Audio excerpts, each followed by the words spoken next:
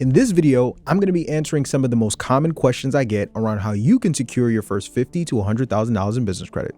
Let's begin. All right. So like I said in the intro, I get countless amounts of DMs that come in on a daily, weekly, monthly, yearly basis. And it seems like you guys usually have the same like 7 to 8, 8 to 10, 10 to 15 plus questions around all things business credit. So I wanted to be able to kind of just put a video together like this where I kind of just sit down and answer them one by one, right? And kind of demystify any questions, comments, or things that you guys just aren't clear about to get you from where you are to the money that you need to scale your business. So the first one, and one of the more common ones I get, is how new can my LLC be before I apply for funding? Do I need to wait 6 months after I create an LLC to get funded? Do I have to wait a year, 2 years? Like, Marv, how long do I need to wait? And I think the reason why people ask this question is because from content that I know I've created and several others, does LLC age play a factor in your ability to get access to capital? Yes, it does. But it really matters less than what most people think. Like, you could form an LLC today, and I know this not only because I've done it, but also members of my community have done it. You can form an LLC today, walk into a bank tomorrow, and still get funded if you have a lot of the larger factors that banks are looking at in place. Those things being, the big three really being strong personal credit report, properly structured business, relationship with bank. And you're going to see that be a reoccurring theme that I provide here for a lot of the answers that I'm giving you guys, right? If your personal credit is set up the way it needs to be, if your business is set up the way it needs to be, but more importantly, you have a relationship with the lender you're looking to get funding from, age falls so low on that totem pole to where it's like, yes, it's a factor, but it's not the end all be all. And it's not going to be that big of a difference maker when it comes to how much capital you get access to. I think it's important that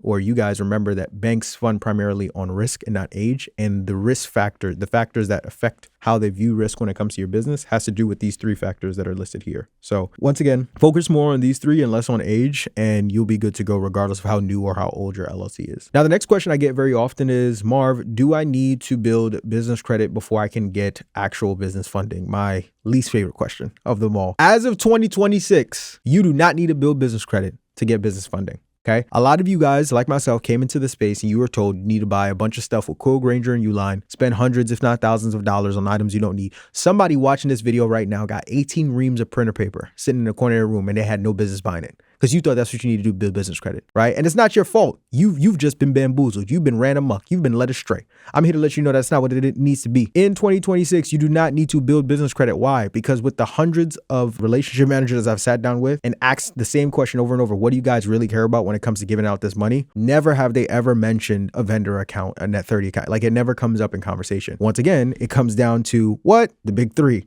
strong personal credit, proper business structure, your banking relationship. That's it. No, not no Quill, no Granger, no Uline, no any of those things. If you check off these three boxes, if you've never built or put money into a net 30 account at all, you'll be able to get more money than in somebody that spent literally the last several plus years spending money on these accounts, and that hasn't really moved the needle for them in getting access to credit. So I would say, instead of taking that money to buy all these vendor accounts, bro, just put it into consistent deposits with a bank or a lender that you're looking to build a relationship with. You'll get way more bang for your buck that way versus you spending all this money on, vendor accounts that really don't change anything or increase your chances of getting access to capital. The third question that I normally get when it comes to the fast tracking the path to capital is, Marv, what credit score do I need personally to get 50K in business credit? This is good because this ties to those three factors that I talked about, right? Personal credit, structure of the business, your relationship with the bank. So one of the biggest things I want to really drive home for you guys going into 2026, or if you're watching this in 2026, you got to stop focusing on the score and you have to start focusing more on the profile. Like, there's been countless times where I've seen people with 750s get denied for things that people with 690s get approved for. That's not coincidence. That's confirmation that it's profile and it's not score. One of my favorite things to say, you can have a great score and a poor credit profile, but if you have a great credit score, a good credit score will always follow. So you want to hyper focus on profile and not really care as much about score, because if you take care of the profile,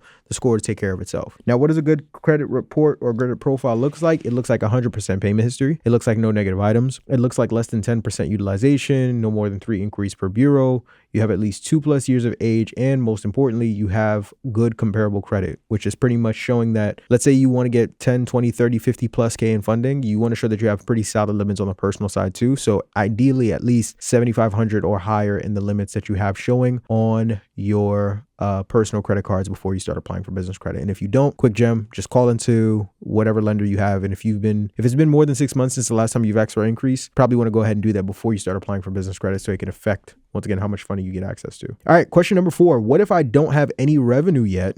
Can I still get business funding? You absolutely gosh darn tootin', yes you can. Absolutely. Now, revenue helps, right? Especially if you're doing like 10K plus a month and you want to explore more alternative types of funding. I don't really talk too much about alternative funding on my channel yet, but if you are wanting to explore alternative types of funding beyond just typical business credit cards and lines of credit, yes, revenue helps a ton. And even with regular banks, like if you're trying to get like a business, I think I just said it, but I'll re-say it again, even still, a business line of credit, yes, revenue helps a ton, but you don't need business revenue to get your first 50K. I've created businesses from ground zero that had never made $1, but because I had those other 3 factors that were in place, I was able to get 50K out the gate. Talk about out the gate. You understand? So, once again, if you're the big 3, personal credit, business structure, and relationship, everything else will fall into place from there. So no, you don't need to have business revenue yet because those 3 factors, not just personal credit, but really just those 3 factors are the equalizer. Question number 5, which is another very common one. What banks should I start with for my first funding run? Marv, I've never gone for business credit before. This is my first time going for business credit. What are the best banks that are going to give me the highest approvals that I'm looking for, right? I love this question a lot because I always know it's rooted with good intention. What I typically tell people is like, hey, you want to start applying for business credit with lenders that you already have a relationship with, right? Super important. Why is that? Because going back to my big 3, remember that was a 3 out of those 2, the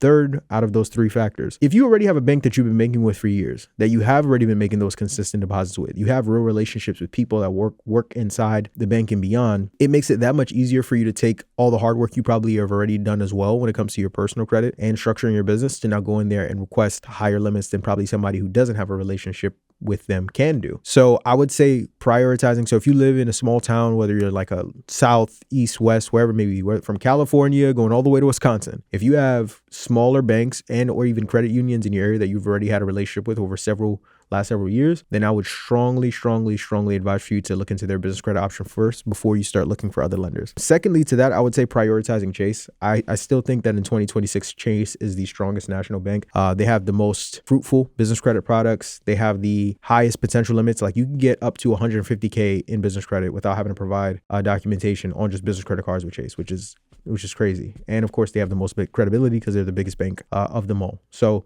I would say prioritizing number 1, banks that you already have a relationship with. And then if you want to go outside of there, if you don't already have a relationship with Chase, go ahead and establish one because you'll be very thankful you did, several months from now. Question number 6 is how many hard inquiries can I have before applying for business credit? So to date, the most amount of inquiries I've ever seen in someone's credit report was I think about like 80 something plus. It was a lot. Like I still think about that credit report, right? But when it comes to inquiries, you never want to have more than 2 to 4 max. And the reason why is because you have to think about what an inquiry is. An inquiry is you went to a lender, you applied for credit, and whether you got denied or approved, they left a mark on your report to let every other creditor after them know he came to us or she came to us for funding. So when you have enough of those, and especially if it's in a short period of time that other lenders could see, it does raise that risk factor towards just like, all right, why did you have to shop this hard to get whatever it is that you're trying to apply for? Why didn't this person say it? Did this person say yes and you still felt the need to go to these other people, or did this person say no to where you were just trying to find somebody to give you this money? Because if it's the latter, I don't know if we want to work with you, right? So something to take in consideration there. I would say 2 to 4, and this isn't 2 to 4 across all 3, because as you know, you could have different inquiry counts on different credit reporting agencies. I would say 2 to 4 on each individual one. So you never want to have more than 2 to 4 inquiries on your Experian, on your TransUnion, or your Equifax report. Question number 7, can I apply for business credit online, or do I have to go in branch? So yes, you can apply online for business credit for most lenders, but I always tell people to go in branch. And the reason why is because when you submit an application through that bank's website versus when the banker, the relationship manager you're sitting down with, submits it, it's 2 completely different things. One person is sending their application from a computer, and maybe that computer gets it over to an underwriter to ultimately give you a decision. Another person is speaking directly with the underwriter, the people that determine like, hey, how much capital are we going to approve them and how much capital we give them, right? And you're more likely to get approved sooner, right? Especially if you're working with a lender like Chase. So I would say if it's unless you absolutely positively have no choice and you have to apply online, so be it, mazel. But if you can go on branch, do so. I know people personally who create foreign entities so they can bank with certain banks that are in certain cities and states that they don't have access to. And then from there, they fly, literally hop on a plane, fly all the way over to whatever those city states are just so they can apply in person to ensure that they get a certain amount of capital and then fly back same day like if it was nothing. So I'm not saying you have to do that, but I'm just telling you how serious it gets when it comes. If these individuals are willing to do that much to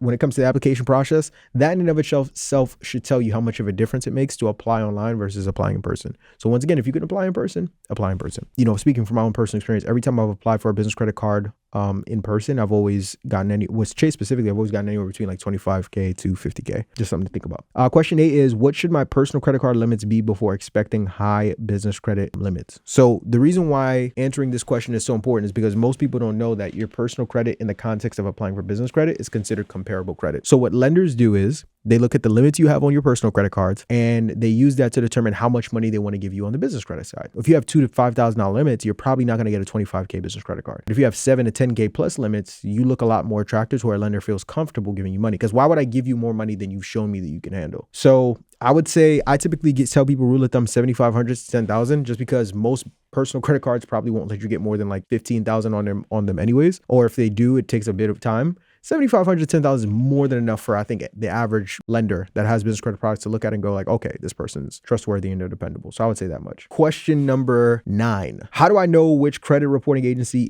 each bank pulls from, and how does that affect my strategy? So another very important question that I get literally every day. Right now, there is somebody in my DM typing this question from a piece of content that they've seen me put out. I know it. Very important. And the reason why it's so important is because let's say you have 3 banks, right? And all 3 of them pull from Experian. Well, if all 3 of them pull from Experian, you're crushing your Experian report, but then also crushing your approvals with bank 2 and 3 after you went with bank 1, because they can see the inquiry that you just got. Versus if you go to 3 banks, 1 pulls from Experian, 1 pulls from Equifax, and 1 pulls from TransUnion, you are now maximizing how much capital you can get access to while minimizing the amount of inquiries that are getting put on your report. 2 completely different ball games. Now, how you can figure it out is, number 1, you can call into the lender, right? So you can call and speak with Chase and say like, hey, where do you guys pull from? That can vary depending on region. So once again, for example, I know there are certain parts of the country where Chase will pull your Experian and TransUnion report when you apply for business credit. Other parts of the country where they'll only pull your Experian or your TransUnion when you apply for business credit. So there's no one size fits all for everybody. It depends on what region that you're in, but you can call into the lender and ask them. Sometimes they'll know for sure. Other times they'll beat around the bush and they won't tell you. Another option you could use is helpmebuildcredit.com. So this has been a very helpful website for me, where it's like an online database where other entrepreneurs like you have applied for business credit products and share what their approvals were, what their data points were before they applied, things to consider, so that you are following a proven method that other people have used to ensure that you get not just get approved, but that you get approved for the largest limits possible. Question number 10 is, what if I've already been denied? How long should I wait before trying again? So another common one that I get. So first thing I tell people to do is, the beautiful thing about lenders is they'll never just deny you without context. They'll always send you a letter explaining why you got denied. So take a look at that denial letter. And if you didn't get it, call and ask them to send it, or ask for the explanation over the phone, because they have to give it to you. Typically, most people who get denied for business credit either have inconsistent business information, they have weak personal credit, they have low personal limits, they have too many inquiries, they have no relationship with that lender, or their profile is thin, right? I feel like thin profile and weak personal credit is the same, so I can remove this. So it's really just one of those 5s above, right? You have to fix whatever it is they identified. If inquiries are the problem, remove them. If limits are the problem, you got to request credit limit increases on your personal side, right? If your business structure is a problem, you got to go back and make sure your business is set up correctly to where it makes sense for that bank to work with you. If the relationship is the problem, start making deposits, right? And I would say, regardless of whatever the problem is, I typically tell people, when you get denied one time, try not to reapply again within the next, until at least like 3, and that's being super generous, but really I would say 6 months before you reapply, because the last thing you want to do is reapply, get denied again, and even though that inquiry or whatever mark may not be on your report anymore, it's always going to be in the bank's backend system, and the more they see you apply and get denied, the more likely they're going to be able to continue to say like, no, we don't want to work with you. And then lastly, question number 11 is, how much money should I deposit into my business bank account to build a relationship before applying? So we've talked about building a relationship consistently throughout this video. But when it comes to how much money you need, it's all subjective. Like the more money you deposit, the better, obviously, because you look better in the eyes of the lender. But if you only have $50 to deposit every single month to build those relationships with the lenders, then that's all you have. But it's still going to help to increase your bank rating score so that once again, when you do apply for business credit, you're more than likely getting approved for a substantial amount. I would much rather you deposit $50 every week or every month into a business checkings than $1,000 one time, you vanish off the face of the earth for